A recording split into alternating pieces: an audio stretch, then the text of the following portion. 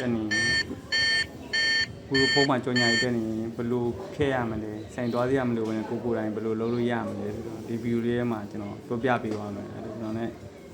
တူ like ကြည့်ပေါ့နော်တစ်ချက်တော့လေးစတိုးဝင်မယ်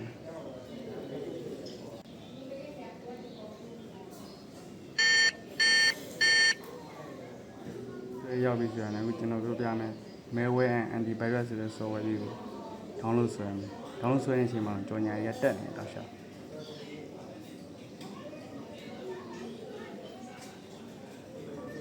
software လေးကို open ဆိုတာလေးကိုနှိပ်လိုက်မယ်ပြီးရင်ကျွန်တော်တို့ခဏစောင့်မယ်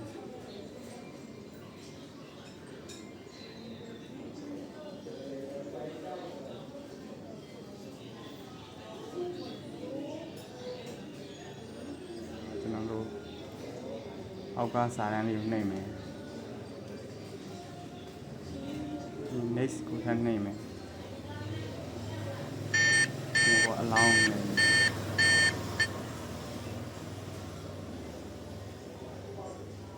ကိုမျိုးမင်းတော့မှာဖွင့်တဲ့ခလုတ်လေးကိုတစ်ချက်ဖွင့်ပေးလိုက်မယ်နော်ပြီးရင် software လေးကိုပြန်သွားမယ်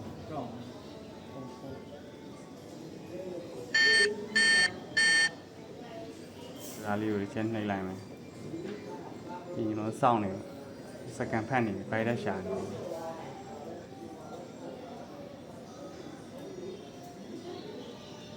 အဲ့စက္ကန့်ဖတ်နေချိန်မှာကြော်ညာရီတော့ရှောက်တက်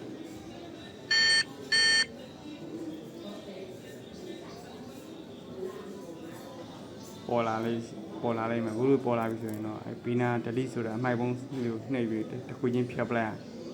ဖြတ်တဲ့ချိန်မှာကျွန်တော်တို့ဘန် software တွေပါမပါသွားရအောင်တတိထားရမယ်ဘန် software နဲ့မိလိုက်ပေါ်လာမယ်ဖြတ်ပဲနဲ့ကြော်သွားတာ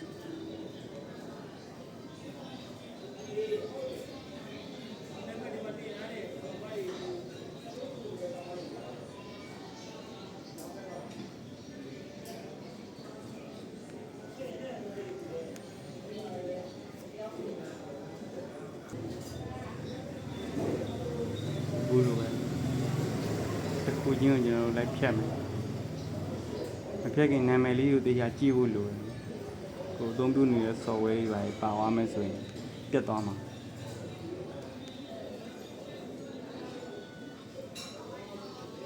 ဒီအချိန်မှာပဲကြော်ညာရဲ့တောက်လျှောက်တက်ဒီကျွန်တော်ရအောင်ထပ်ဖြတ်မယ်တစ်ခုချင်းဖြတ်မယ်အဲ့ပုံမှာပေါ်နေတဲ့ software တွေမကုန်မကြီးဖြတ်ပါဘူးအဲ့ software ကိုရအောင်ပြန်ဖွင့်ပြီးတော့တက်ဖြတ်မယ်တစ်ခုချင်းရအောင်တစ်ခုချင်းပြီးတစ်ချက်ချင်းဖြတ်သွားရအောင်โอเคကျွန်တော် software ဖြတ်တာတော့ပြီးသွားပြီပေါ့နော်ကျွန်တော် okay ဆိုတာလေးတစ်ချက်နှိပ်လိုက်ဒီ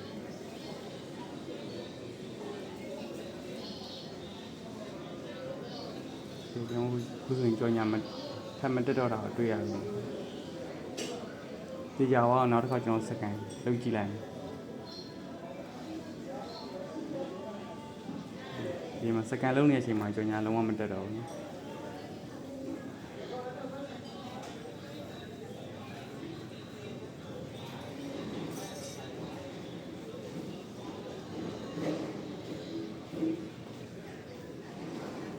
ရပါပြီ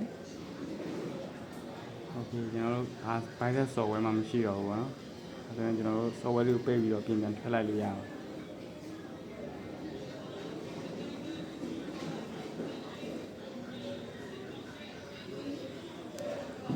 ခုဆိုရင်တော့ကြော်ညာလုံးဝ